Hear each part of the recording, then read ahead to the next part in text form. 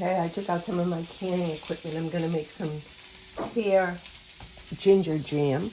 These are pears from my garden, from my pear tree. They pick them up off the ground when they fall. And the first thing I'm going to do is peel one of them. Oh, I'm going to peel all of them, actually. And believe it or not, I'm going to save the peel. Because my niece did this. She saved the peel. And she fried it with a little butter and sugar, and it got really crispy. And it was really delicious on top of yogurt or oatmeal. Got some fiber in there in the skins.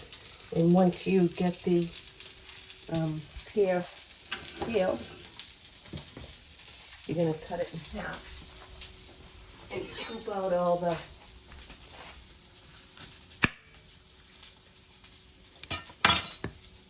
seeds and the stuff in the middle. And just going to throw that away. So what do they call this? So you've chopped up all the pears that were over there are chopped up. pears. That's about 6 cups. 6 cups of chopped pears. And you know, they say that you should do most recipes, I think, have a 2-to-1 ratio, fruit to sugar. Yeah. So if it's 6 cups of fruit, you'd use 3 cups of sugar. Okay. But I always use less than that, at least by a third less. So I'm only going to start with 2 cups of sugar.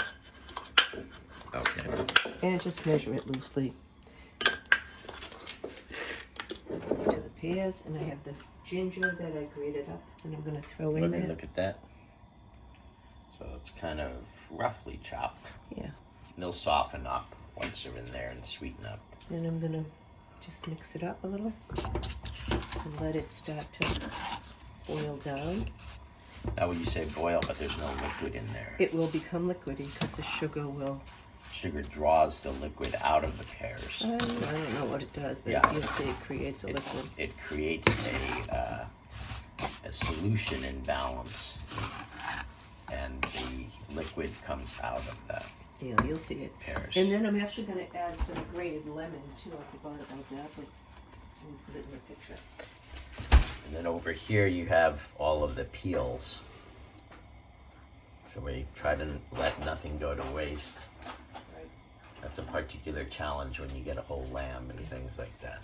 I'm going So to... now you're zesting with the proper zester. It's easier to zest it before it's sliced, I think. Yeah. Well, I have about 4 partial lemons in there because I reach for a new one before I finish an old one. We also had a kind of a drinking party, and they brought over a lot of lemons, so there's plenty to use up. And then I'm also going to just squeeze the rest of the lemon juice in there. It helps, the lemon helps keep the color of the fruit. I'm chopping up the pear skins. You want them kind of fine so they don't take as long to cook. And you're using the curve of the knife to cut it and set it. And if you come over here, you can see I've melted some butter. Butter, someone told me. Cast iron Someone told me skillet. if you're going to say lobster, you have to say butter. And as So now, the child says, why wouldn't you use butter? and let it, I'm going to add the sugar. You can see what the jam looks like as it Jam starts to cook. has frothed up in the liquid. So I don't think it's that And I'm just going to add a couple tablespoons of sugar to this. so that'll sweeten up. And the sugar and butter will create a caramelized coating. It was good on the yogurt, wasn't it? Yeah, it was delicious. I was eating it like it was a snack. So this is about halfway caramelized, I'd say. Keep moving it around a little bit so it doesn't burn, but even if it burns a little bit, it still tastes good. And the heat So I is think this looks like it's pretty good. I'm going to turn it off and let it cool down. And if I want it a little more crunchy, I'll just cook it a little bit more after it's cooled down.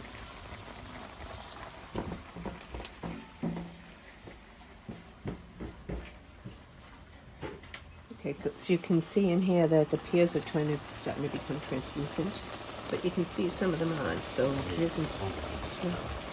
Oh, that one isn't all the way translucent. bring it outside the steam. still looks kind of raw compared to one that is cooked. Hold it still. Hold on. See how those are. Bring it to the light. Up to the light. Oh. There we go. Okay. So I'm going to let it cook down a little bit more, but you can see how almost all the liquid is gone now. It's all kind of sugaring up to the jam. Right. You can mash it a little bit if you want the pieces a little smaller at this point. But when I can, I'm going to keep the pieces like this because I like it. I like to put the pear jam on a cheese plate in the winter.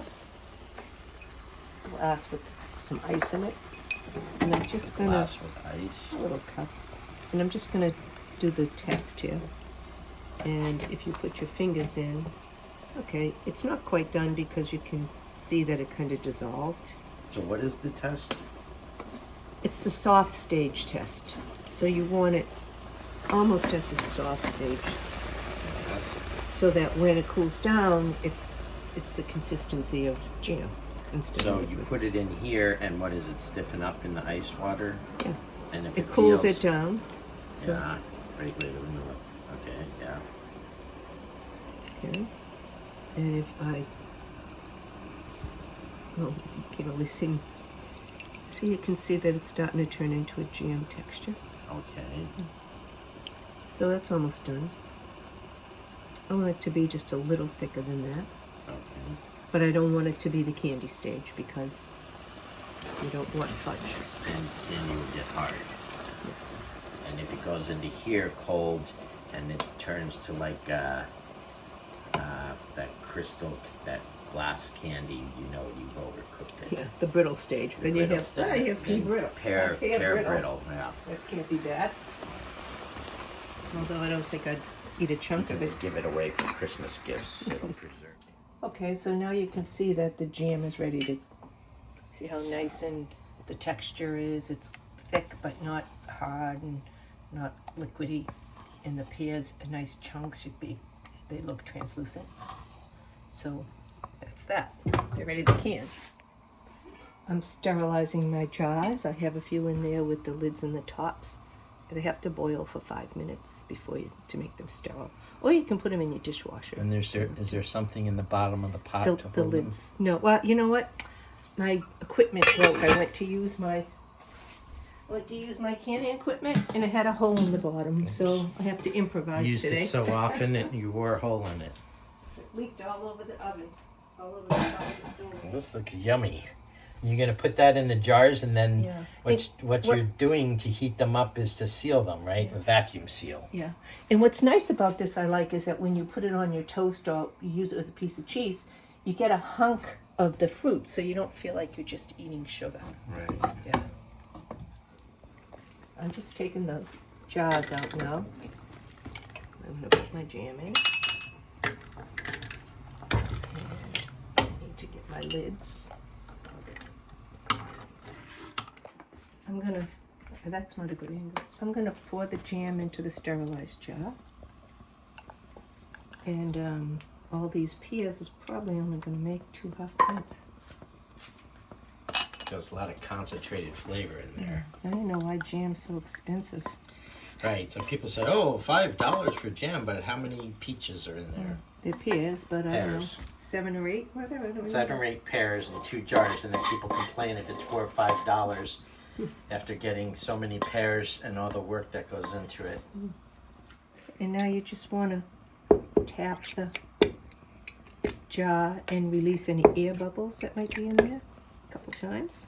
And you just sterilize the knife in the boiling water, I saw. Okay. And then you put the lids on. Oh, forgot. You take it and you wipe the lid.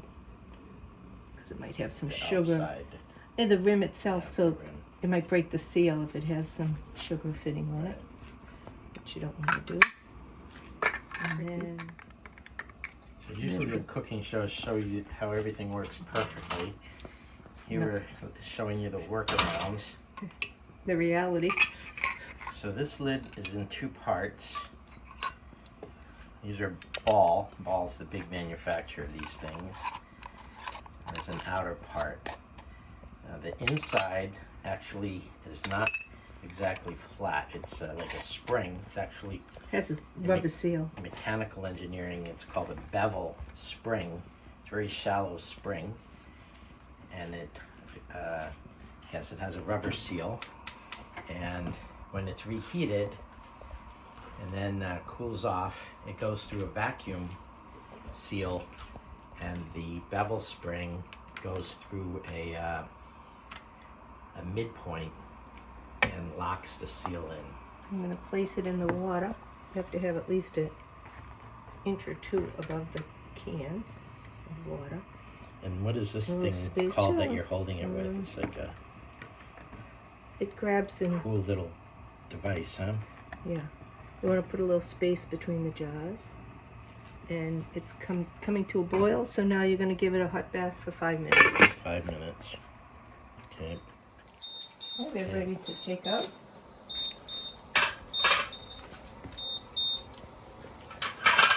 And all you do is lift them out. So they're going onto some Set 'em cloth. down. You don't want to put them on a very cold surface, though. These are pretty resilient jars. And then this, you'll hear a pop in a few minutes, and the seal will go off. Right now, you'll see if I go like,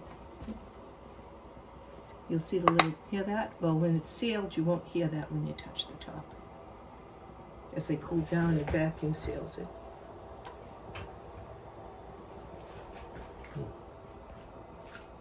How are we going to get it if we don't wait? No, it's, well, it'll be there 5 minutes. Oh, there it goes. Hear that? One's good, Kevin.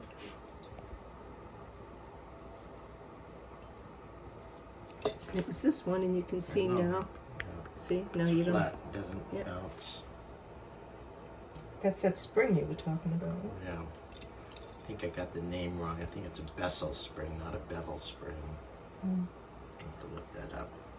Anyway, this process was commissioned by Napoleon because he needed a way to preserve food, and they didn't have a good way of preserving things without salting it or using spices like juniper berries. There we go. And he commissioned a prize, and someone came up with it, and